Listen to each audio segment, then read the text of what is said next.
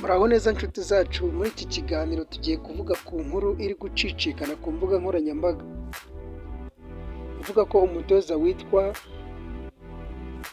Jessica Ratcliffe yaba yarishwe n'ifi ya orca mu gihe bari mu gitaramo. Ariko se koko iyi nkuru irimo ukuri cyangwa ni ibihuha?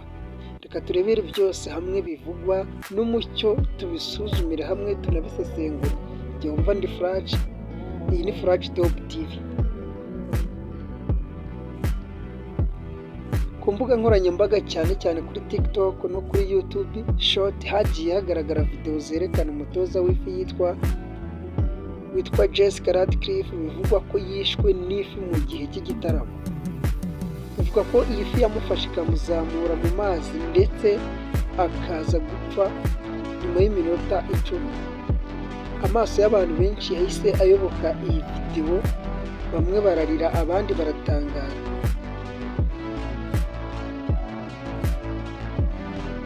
Abantu mwabonye iyi video ahantu hose uzayibona uzasanga itandukanye n'iyo umaze kubona mu masegonda 10 ashize. Hamwe uzamubona yamufashe mu kanwa yamumiza hasigaye ibirenge gusa, ahandi uzabona imukuye mu mazi imutereye hejuru. Ibi byemeza ko utu tuvideo twose twakozwe na AI.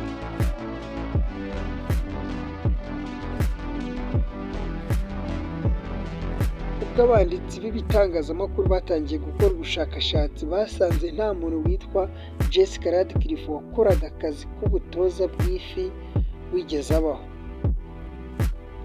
Amakuru yose yerekana ko iyi video yakozwe hifashishijwe artificial intelligence kugira ngo ishusho ibe nyayo neza nk'iyabaye. Nta kigo na kimwe cy'inyanja cyangwa inyamaswa kigeze gitangaza urupfu rw'umutoza. Ibi byose rero ni ibihuha.